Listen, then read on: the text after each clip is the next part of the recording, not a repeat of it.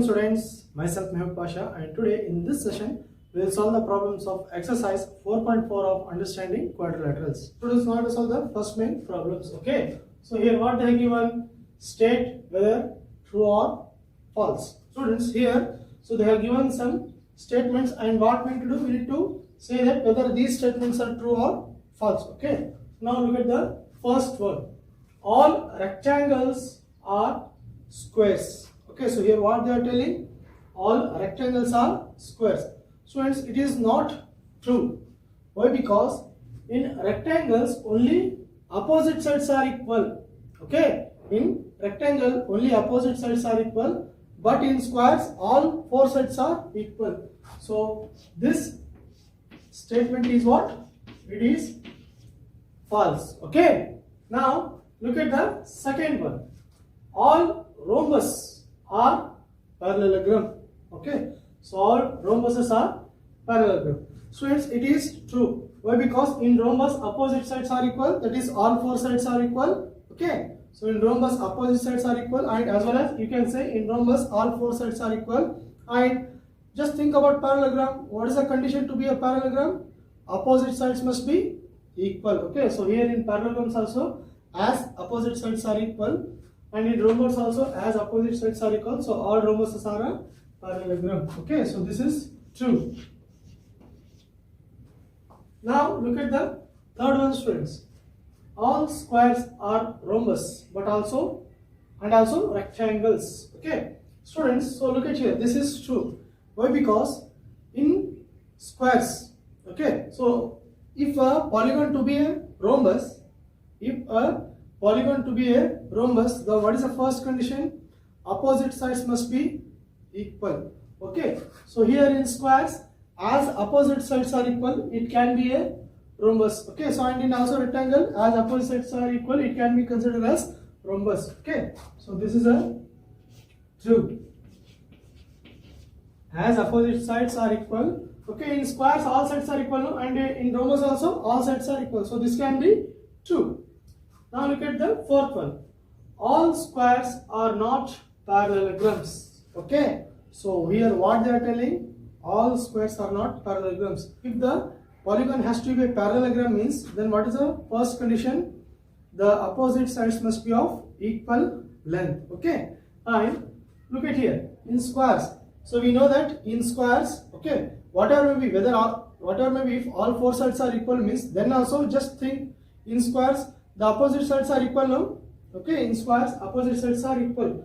All squares are parallelogram only. All squares are parallelogram only.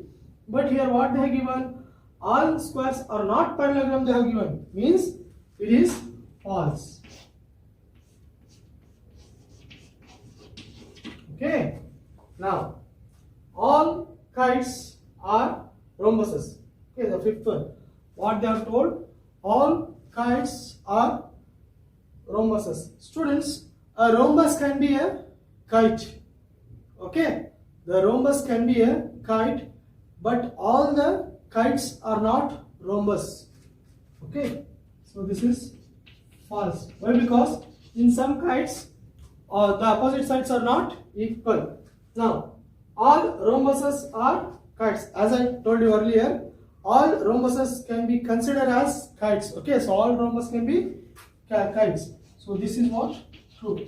So here we have solved up to F, and we will solve the next two. Students, now to solve the G1. Okay, so here what they given, all parallelograms are trapezium. Okay, so here look at the statement carefully. So what they given, all parallelograms are trapezium. Okay, so what is the property of trapezium? It is interior opposite angles. Okay, so co-interior opposite, sum of co-interior opposite angles is what? 180 degree. And in parallelogram also, the sum of adjacent angles is what? 180 degree. Okay, so it means that this statement is true. Okay, now look at the H1.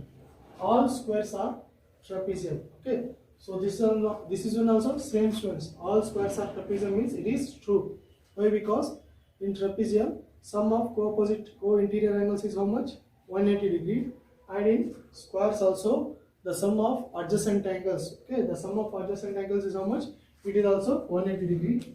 So this statement is true. Okay, so this what we have completed the first main. Students, now let us solve the second one. Okay, so here what they are given: identify all the quadrilaterals that have 4 sides of equal length, 4 right angles. Okay, students, first we'll solve this one. So here we need to identify the quadrilateral. Okay, so what is the condition? That quadrilateral must have 4 sides of equal length. Okay, students, just go through the types of quadrilaterals. Okay, only in square and rhombus all 4 sides are equal. Okay, square, semi-tine. Only in square and in rhombus all 4 sides must be are of equal length. And now come to this. So now we need to identify the quadrilateral such that it must be having 4 right angles, means the 4 angles of a quadrilateral must be what? 90 degree. Okay, so students, when you recall the quadrilaterals, then you will come to know that only squares and rectangles. Okay, so only in squares and rectangles all the 4 angles are 90 degree. This square and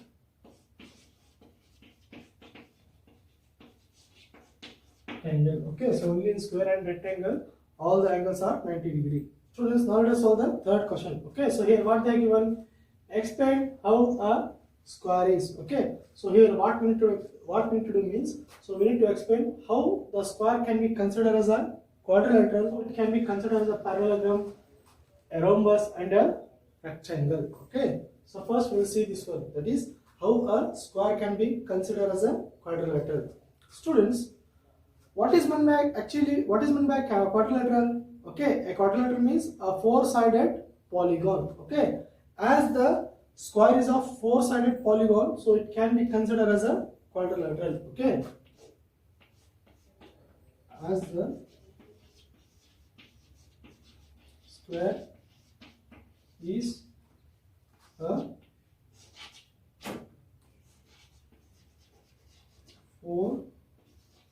so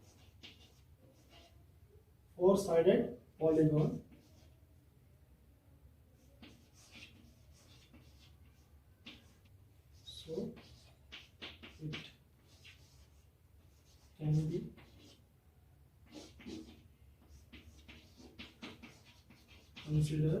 can be considered as a quadrilateral. Okay, as the square, look at here, as the square is a 4-sided polygon, so it can be considered as a quadrilateral. Okay, now so here we'll see how why the square is considered as a parallelogram.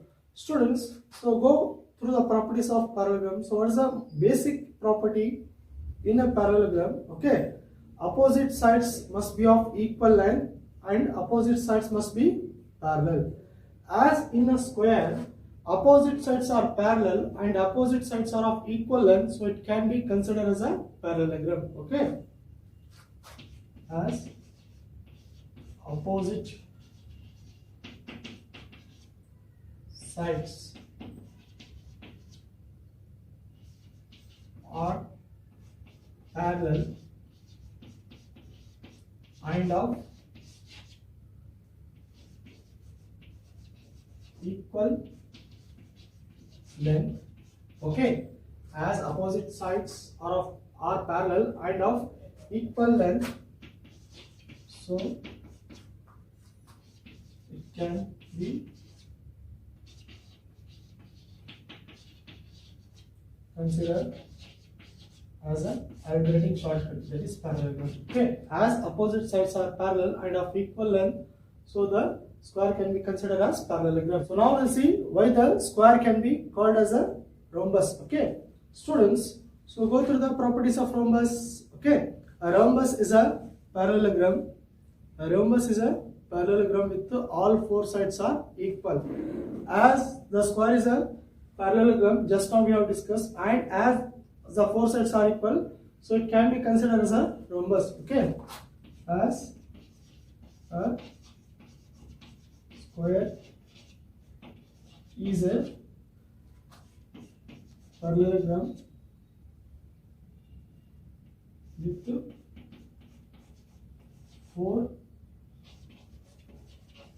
equal sides. Okay, as a square is a parallelogram with 4 equal sides, so it can be considered as a okay, as the so as the square is a parallelogram and it is of 4 equal sides, so it can be considered as a rhombus. Students, as a rectangle is a parallelogram and each and every angle of rectangle is 90 degree, and look at here, as the square is a parallelogram and as each and every angle of square is 90 degrees, so it can be considered as a rectangle. Students, now let us solve the fourth question. Okay, so here what they are given, name the quadrilateral whose diagonals. Okay, so here what we need to do, we need to name the quadrilaterals whose diagonals bisect each other, whose diagonals are perpendicular bisectors of each other, and whose diagonals are of equal length. Okay, so here first we'll solve the first one. So here look at this. So what they given, name the quadrilateral whose diagonals bisect each other. Students, diagonal bisect each other means the diagonals will divide the other diagonal into 2 equal parts. Okay, so diagonals are bisect each other means, so one diagonal will divide the other diagonal into 2 equal parts. This is what nothing but bisect each other. Students, so in quadrilaterals, parallelogram, okay, parallelogram, square, rectangle and rhombus. Okay, and rhombus. Students, these are the 4 quadrilaterals in which the diagonals will bisect each other. That is, the diagonals will divide the other diagonal into 2 equal parts. Students, now we'll see the second one. Okay, so here, so name the quadrilateral in whose diagonals are perpendicular bisectors of each other. Students, perpendicular bisector means the angle between the 2 diagonals is what? 90 degree. Okay, so look at here. Suppose this is a square. Okay, and if you draw the diagonal like this is one diagonal and this is one diagonal. Perpendicular bisector means, so suppose this AB, okay, so CD. So these are the diagonals, that is AB and CD. That is, the angle between the diagonals must be of 90 degree. Okay, so the perpendicular bisector means the angle formed by the intersection of 2 diagonals is what? It must be of 90 degree. Okay, so here, so what are the quadrilaterals? Okay, so what are the quadrilaterals in which the diagonals are of perpendicular bisectors of each other? Okay, so which are those quadrilateral means? So it is of square and rhombus. Okay, students, in squares and rhombus, the diagonals are perpendicular bisectors. Okay, so in square and rhombus. Okay, so in rhombus also, look at here, if this is what rhombus means,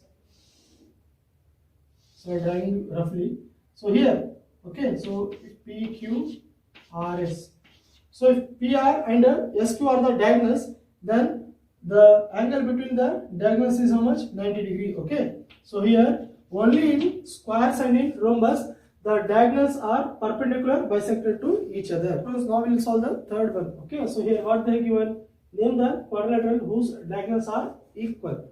So here we need to state the quadrilaterals, so in which the diagonals are of equal length. Students, only in squares. Okay, so when you go through the different types of quadrilaterals, so only in squares and rectangles the diagonals are equal. That side.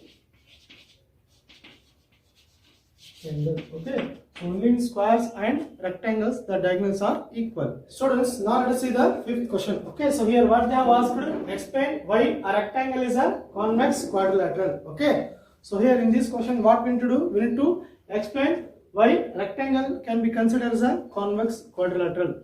Students, go through the convex and concave quadrilateral. So what is meant by convex quadrilateral? A convex quadrilateral is one, okay, so which is curved outwards. So look at here. So as these quadrilateral is curved outwards, so it is a convex quadrilateral. Okay, and look at here. So whenever you draw diagonals, both the diagonals, okay, so both the diagonals will be in the interior part, not exterior part. So whereas when you draw the concave quadrilateral, okay, so some diagonals will be in the interior part and some diagonals will be in the exterior part. But here in rectangle, both the diagonals will be in the interior part. So because of this, it is considered as a convex quadrilateral. Both of its diagonals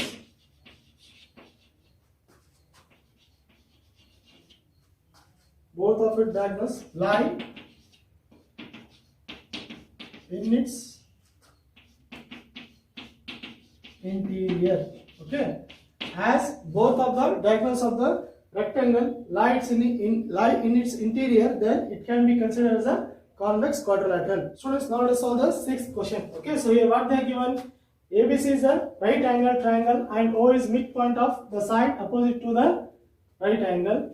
Explain why O is an equidistance from A, B and C. The dotted lines are drawn additionally to help you. Okay, students, in this figure, so ABC is a right angle triangle. Okay, so right angle at B. So here O is the point on the line AC. What we need to explain? So look at here. Explain why O is equidistance from A, B and C. So we need to explain why O is equidistance from A, B and C. Okay, students, just look at the figure. Okay, so here, so dotted lines are drawn. So when we consider this dotted line, okay, so it forms a rectangle. So here in this rectangle, okay, so in this rectangle, BC is parallel to AD and AB is parallel to BC. Okay, and AC and BD are the diagonals, and here O is a point of intersection, that is O is the midpoint of the diagonals. Okay, O is the midpoint of diagonal. Okay, so O is the midpoint of diagonals, and we know that the diagonals of a rectangle will bisect each other. Okay, the diagonals of a rectangle will bisect each other, and these are perpendicular bisectors. Okay, so as the diagonals of a rectangle will bisect each other, it means that AC line will divide the BD line into two equal parts and BD line will divide the AC line into two equal parts. Okay, so it means that this and this equal. Okay, it means that this and this is equal, that is AO equals to OC. Okay, as AO equals to OC, it means that O is the midpoint of AC. It means this O is the midpoint of AC, that is A is equidistance from A. Okay, so that is O is equidistance from A and O is equidistance from C. Okay, and this diagonal AC will divide the diagonal BD into equal parts, that is the diagonal AC divides BD into equal parts, that is BO equals to OD. Okay, as BO equals to OD, it means that O is equidistance from B and it is equidistance from B. Okay, B parallel to CD. Okay, as AB parallel to CD and BC parallel to AD. Okay, so BC parallel to AD. The diagonals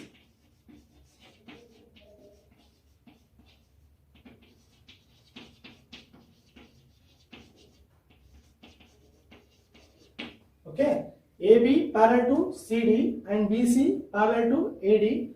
The diagonals bisect each other. Okay, the diagonals bisect each other.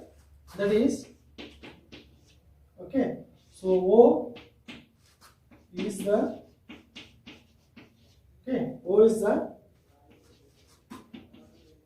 midpoint. O is the midpoint of the diagonals AC and the diagonals BD. Okay, that is the diagonals, as the diagonals bisect each other, that is O is the midpoint of AC and BD. As O is the midpoint of AC and BD, okay, so we can write, therefore O is equidistance, okay, from O is equidistance from A, B and C, okay. So this is a solution for this problem.